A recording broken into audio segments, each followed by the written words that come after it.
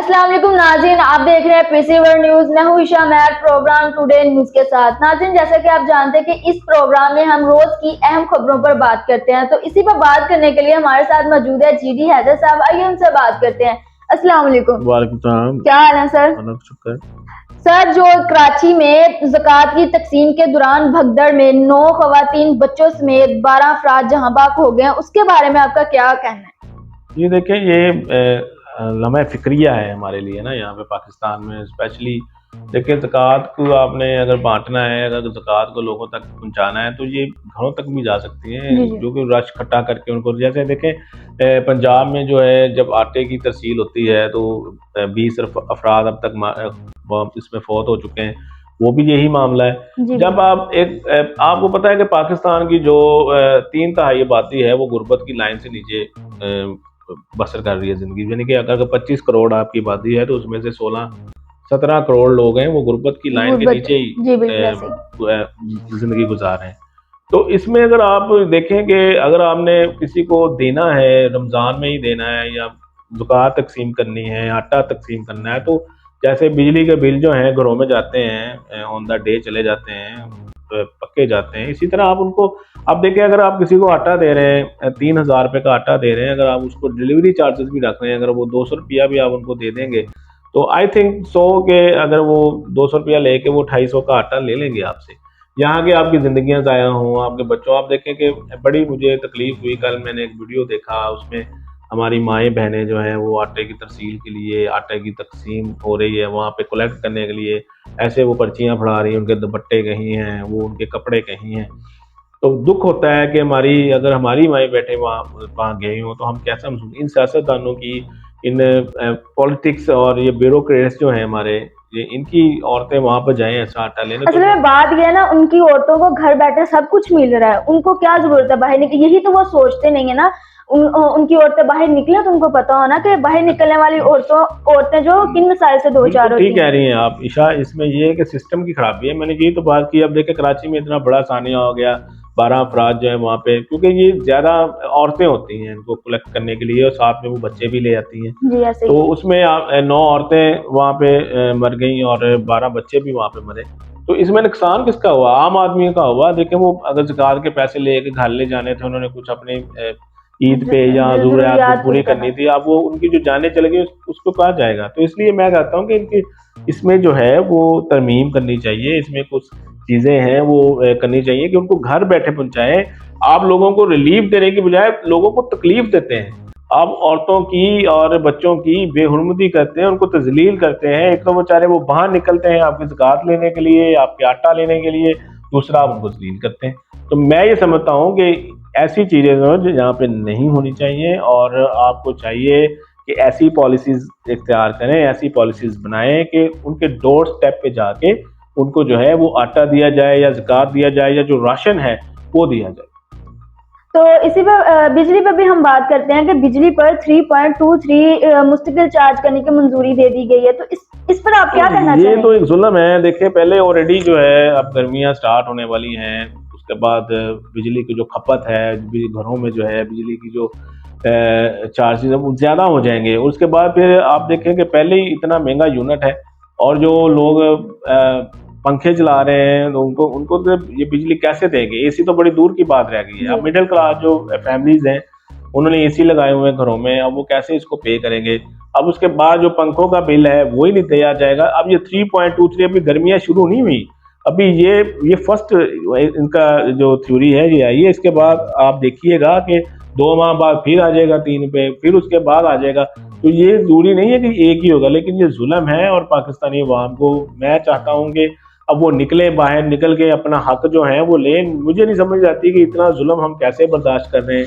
ये 3.23 का मतलब ये है कि 3.25 रुपए, लेकिन इसमें जब आपके टैक्सेस लगेंगे तो ये 4 रुपए तक चले जाएगा।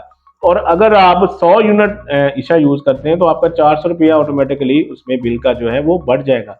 तो ये देखें, अगर आप गर्मियों में जो है वो जिन घरों में पंखे चलते हैं, मोटरें चलती हैं या फ्रिज चलती हैं, उनका ही 500-700 यूनिट जो है इजीली चला जाता है वो फैमिली ऐसे ही। जो है। जी अब जो एसी लगाएंगे या एसी चलाएंगे, उनके लिए तो ये बहुत मुश्किल हो जाएगा। अब देखें 500-600 यूनिट के ऊपर अगर आप ये चार्जेस लगा देते हैं टोटल, ठीक है, उसके बाद फिर वो रेट बढ़ते हैं, ये इधर ही नहीं रहता, ऊपर चले जाते हैं। फिर आप देखेंगे बिलों में जो है वो 3 से 4 हजार रुपया जो है वो इंक्रीज हो जाएगा। इस जो उन्होंने टैक्सेस लगाया या जो ये वो बिजली यूनिट जो है बढ़ा रहे हैं। लेकिन मुझे तो हैरानी होती है कि हमारी कौम खामोश क्यों है, हम खामोश क्यों हैं, हम निकलते क्यों नहीं हैं। पेट्रोल बढ़ता है तभी ये खामोश रहती है, अगर ये बिजली के यूनिट्स बढ़ते हैं तभी ये खामोश रहती है। ये खामोश रहती है, इसी वजह से वो ये हमारे हुक्मरान जो इस बात का फायदा उठाते हैं कि कौन सा कोई पूछने वाला है। अगर यही अवाम जब भी कोई चीज बढ़ती है बाहर निकले मिल के, तो शायद हुक्मरान कुछ सोचें कि हमने क्या करना है, कैसे करना है। जी बिल्कुल, इसमें यही है ना कि जब तक जुल्म जो है हम सहते जाएंगे तो जुल्म जो बढ़ता जाता है। जब आप जुल्म के बगैर उनके खिलाफ जब आप खड़े हो जाते हैं ना, कोई जब आम आदमी एक जुल्म के खिलाफ खड़ा होता है तो वो फिर जुल्म जो है वो कम होता है, वो बिल्कुल खत्म हो जाता है। अब देखें कि अब ये आपने अभी डिस्कस किया पेट्रोल बढ़ता है तो कुछ नहीं होता, वो होता है, ये अब जो यूनिट बने के किसी ने नहीं कुछ इसमें मतलब हम ऊपर जो है अपने हुक्मरानों को सबक सिखाने की बजाय हम आपस में ही जो है वो हेरा फेरी शुरू कर देते हैं। देखें पेट्रोल महंगा हुआ, बैठे बैठे जो है दुकानदार ने चीजें बढ़ा देनी है। देखिए इसमें सबसे ज्यादा जो है वो पिस्ता जो है वो जो है वो तनख्वाहदार तबका चुकता है उसको, क्योंकि उतनी तनख्वाहें हैं।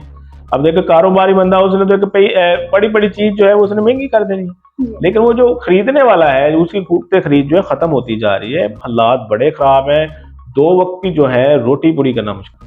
आलमी मार्केट में पेट्रोल की कीमतें क्रैश कर गई हैं, लेकिन हुकूमत ने 1 रुपया भी पेट्रोल की कीमत में कमी नहीं की, तो इसके बारे में आपका क्या कहना है? हाँ बिल्कुल, ये तरीके इंसाफ के रहनुमा हैं फवाद चौधरी, इन्होंने बात की है कि आलमी मंडी में जो है वो कीमतें जो है पेट्रोल की वो क्रैश कर गई हैं, लेकिन यहाँ पे 1 रुपया भी सस्ता नहीं हो रहा है। देखें ये तो एक बड़ी अनहोनी सी बात है कि मैं समझता हूँ कि अगर आलमी मंडी में कीमतें जो हैं वो कम हो रही हैं तो उनको रिलीफ देना चाहिए। लेकिन हमें जो यहाँ पे एक्चुअली ये कुर्सी कुर्सी का खेल खेला हुआ है, एक दूसरे की मुखालफतें कर रहे हैं, कभी नून लीग मुखालफतें कर रही है पीटीआई के खिलाफ, और पीटीआई एक दूसरे का बहुत सारे मामला हैं वो कोर्ट में गए हुए, लेकिन वहाँ पे भी मसले हल नहीं हो रहे। तो ये सारे जो मामला हैं सियासी अदम मुस्तहकम की वजह से है। अगर यहाँ पे जो है वो मुस्तहकम हो जाए सियासी सूरत हाल, हमारी कोई प्रॉपर गवर्नमेंट आ जाए, इलेक्शन हो जाए, या उसके बाद प्रॉपर गवर्नमेंट वैसे ही इनका को बन जाए, तो ये सारी चीज़ें सेटल होंगी। क्योंकि आलमंड मंडी की आपने बात की है, IMF का मुआहदा जो होता है जो हमारी गवर्नमेंट करती है उसके हिसाब से हमने चलना होता है, क्योंकि हम एक कर्जदार मुल्क हैं, हमने उनसे कर्जा लेना है, हम उनकी बात माननी पड़ती है। चौधरी हैं वो हमारे IMF जो एक गाँव में चौधरी होता है ना, तो उसकी रहा उसकी बात मानती है। इसी तरह जो IMF है वो हमारा चौधरी है, और हम उसकी बात नहीं मानेंगे तो वो हमें पैसे नहीं देगा। ये बड़ा फिक्र यहाँ पे लम्हे फिक्रिया है कि हमारी जो कौम के लिए ये क्या कर रहे हैं, इतने कर्जे चढ़ाए जा रहे हैं। और ऊपर ये देखें कि अब जो है फवाद चौधरी भी ऐसी बातें करते हैं, क्योंकि उनके दौर में भी ऐसे काम होते रहे हैं। उन्होंने भी पाकिस्तान की तरीका खान साहब ने सबसे बड़ा कर्जा लिया हुआ है, ऐसी बातें कोई नहीं है, उनको नहीं करनी चाहिए ऐसी बातें, उनको निकलना चाहिए बाहर। अगर आप कौम को लेके बाहर नहीं निकल सकते, देखें खान साहब जाते हैं हाई कोर्ट में या लाहौर कोर्ट में या इस्लामाबाद कोर्ट में, तो लोग पीछे चले जाते हैं, उनको लेके जाते हैं। अब जमान पार्क में लहदा उन्होंने तमाशा लगाया हुआ था पिछले दिनों में, वो क्लाइमेक्स हुआ, उसके बाद अब देखें कि आप निकलते क्यों नहीं है। आप अगर खान साहब के लिए लोगों को निकालते हैं, कुछ हजार लोग जो निकलते हैं वो आम इन एजेंडों के लिए निकालें ना, खाली बयानबाजी ना करें। पेट्रोल पे निकालें, उसके बाद आटे पे निकालें, और उस पर जो भी है जो तकसीमात हो रही हैं ज़कात की, जिस तरह लोग उस पर भी निकालें। मैं तो समझता हूँ कि ये वो होता है कि कुत्ती चोरों के साथ ये इकट्ठी हुई है। तो यहाँ पे सिर्फ है वो अवाम पिस रही है, और अवाम भी हमारी ऐसे ही है, अवाम को जुल्म पे जुल्म वो सह रही है। मुझे ये समझ नहीं आ रहा कि अब हम कहाँ जाएंगे। हमारी अवाम जुल्म क्यों सह रही है, ताकि अपने हक के लिए बाहर निकल 2 वक्त की रोटी पूरी करना मुश्किल है। उसके बाद ये आप ऊपर से आप देखें ईद है, आप बाहर जाकर देख लें हमारे जो फलों की पोजीशन है वो क्या है। ठीक है, फल जो है हमारा जो ईद के रमज़ान से पहले 100 रुपये था, वो 400 है, उसको कोई पूछने वाला नहीं। हमारी इंतज़ामिया खामोश है, और ये हम पोस्टें लगाई जाएंगे, हम जो बाइकआउट कर दें वो कर दें, ये नहीं कि इस जुल्म के खिलाफ हम निकलें। इन जो लोग ग्राम फरोशी करते हैं उनको पकड़ें, क्योंकि हमारी अब ब्यूरोक्रेट्स पॉलिटिशियंस इंतज़ामिया जो है वो बेकार है, उनके बस की तो बात नहीं है यहाँ पे महंगाई को कंट्रोल करना।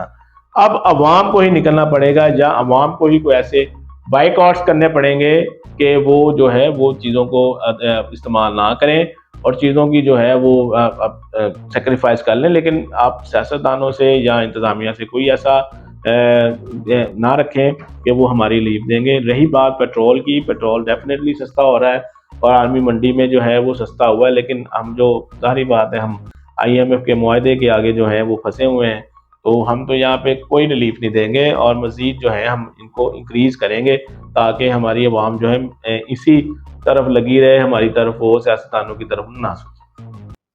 तो नाज़रीन, ये था आज का हमारा प्रोग्राम।